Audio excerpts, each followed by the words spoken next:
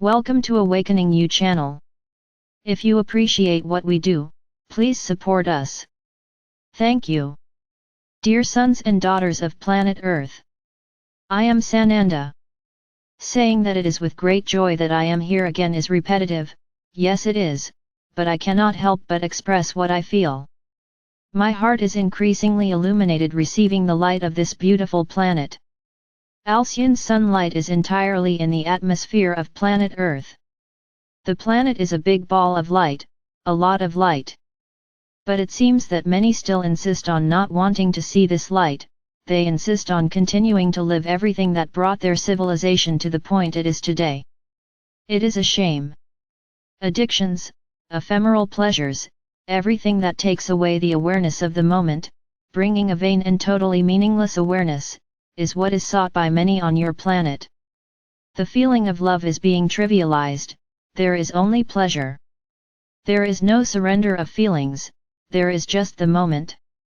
Don't think that I'm melancholy or sad, I can say that in a way I am sad, because I would like all of humanity today to be vibrating together with the light that is there, was on the path of evolution, was on the path to ascension. But unfortunately, many are asserting their own ideas, without caring about what the other person is feeling, it's what you think has value. There is no respect for others. This does make me sad. Within this long journey of this entire process that is nearing its end, I managed to open the eyes of many, make them see the truth, and choose the right path.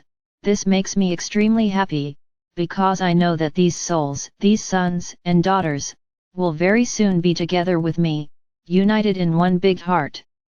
Unfortunately, I can't say the same for everyone. Many speak with words they love with words, not with gestures, not with attitudes, not with feelings. They love in a distorted way and totally different from the meaning that love truly is. Each of you at this moment has many feelings within your minds and hearts, good feelings, bad feelings. So I ask each one, which side of the scale is heavier? Which side are you vibrating today? Mostly positive feelings, or mostly negative ones?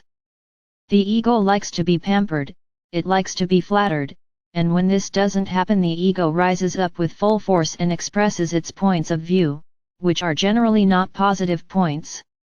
Many are like this today, finding their own decisions, opinions, understandings, and speaking out, letting their ego inflate again. The ego is often like that child who wants to receive a gift, she wants that gift. But for some reason those who will donate the gift think they can donate a bigger gift, but that child's ego wants what he wanted. So upon receiving the much better gift, the child throws a tantrum, cries, kicks, because it wasn't what he wanted that other gift. Even though that is a much better gift, she doesn't realize it, she keeps kicking and wanting what she wanted.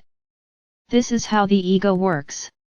It blinds your understanding, because you want it the way you want it, they don't want anything different, even if it's better. So I ask a question here, what gift would please everyone on the planet? All without exception. I answer, none. Because even if it were the most wonderful gift there would be those who would complain, wouldn't like it, would want what he wanted. This is the human ego. You still need to free yourself from many of the traps of the ego. You need to learn to see with love, with the eyes of love, not with the eyes of ego. There is still a long way to go for you, because losing the power of the ego is not easy, it is strong, domineering, uncompromising, and in some moments it manages to dominate your mind, taking each of you off the path of love, just love. You want change, you want a better world, but you yourself have not changed, you still let yourselves be carried away by the ego, and in the new world there can be no ego, because there is no self, there is the all. You come into existence for the all, and the all exists for you. This is how the fifth dimension works. So while you vibrate the ego the path will become drawn out, slow, very difficult, so that you learn to nullify the ego, to not only think about yourself, but to look at the whole. My sons and daughters, changing this world is up to each one of you. If you today, as a whole, decided to eliminate all evil from this planet, you would succeed, and the earth would instantly ascend, because everyone would vibrate with love. And why doesn't this happen? Because everyone is focused on themselves, on their needs, on their wants, on their desires, not on the whole. As long as this attitude prevails in the mind of everyone on the planet, the ascension becomes further and further, not Gaia's, because Gaia's has a certain time, and when the deadline arrives she will ascend, with or without you. Whoever has managed at that moment to eliminate the ego, to stop being me and to be the whole, will go with her. That's why your world doesn't improve, and that's why this mass is so connected, so together with you at this moment, because it knows how to manipulate egos. It brings to your mind what the ego wants to hear, what the ego wants to think, and you join it. And there is the world you are living in. It is up to each person to cancel their ego, and by doing so this mass no longer manipulates you, because you stop thinking only about yourself to thinking about the whole, and this is no way for this mass to act. How is your heart now, thinking about yourself or thinking about the whole? What is your interpretation of what is around you? Do you want to complain? Do you want to contest? Do you feel wronged? That's your ego talking. He is feeling encouraged by this crowd that is there. Now it's up to you to overcome the ego's ideas, and stop thinking only about yourself. The journey, my sons and daughters, is not easy.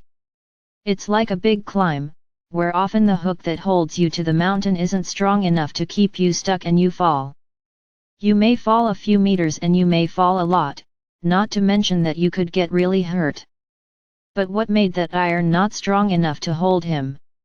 The strength you put him on the mountain. You didn't put it in with force, with claw, and it wasn't penetrated enough to hold you back. This is your path. You think you're rising, you believe you're on the right path, and you don't put that nail in the mountain deep enough to keep you there, and you fall in vibration, you fall in thought, and you have to keep going up, if that is your desire, or simply let yourself go down. The descent is much easier, it is quick. The decision is up to each person. Plant nails strong and deep enough to support you at that point of the walk, or do everything superficially, and when you get there, it won't support you, and you fall. How are you planting your nails in the mountain? With courage, with faith, with certainty, or with little taps? It's a fact to think about. Where are you fooling yourself, thinking you are ready enough, but when you get to that point you slip, the nail comes loose. Why? Because you were not ready, you return to the point where your vibrations took you. Understand one thing, you think you are deceiving us, and I say something very important, don't think about us. We don't follow each person's journey. Everyone creates their own path. If it is strong, if it is correct, the nails are deep, and you climb, always. Now if you are not careful with the nails you will fall, but it is not me or any other being of light that made you fall, it was yourself, with your decisions, with your thoughts, with your vibrations. So don't think you're fooling us, you're fooling yourselves. Stop fooling yourselves. Look truly at your own journey. It says a lot about you, very. Don't blame the universe for your difficulties, they were created by you. At some point they were created. This is what many refuse to see and always feel wronged, and the ego loves to say that. Let's try to stop fooling ourselves. Stop, sit down, look at what the journey has been like. Difficult, but victorious, in a way you are on the right path. Now if your walk is up and down, you are emanating this, no one else, no one is to blame for this but yourself. So, at this moment, everyone should look back and see the path they have already taken. Ah, but the path has been very difficult. How far are you not making it difficult? How far do you not act only with the ego? Complaining, blaspheming, how far? Stop looking back. The time is to look forward or upward as you wish. You have walked a path of stones until now, but from now on it can be a smooth path, with flowers and without thorns.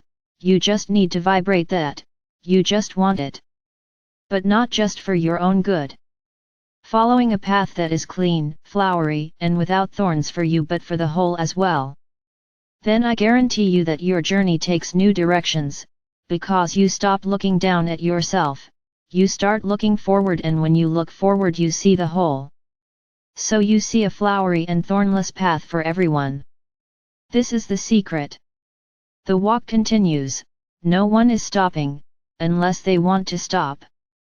So I just leave this message as a little warning, be careful with your ego, very careful, because it is cunning.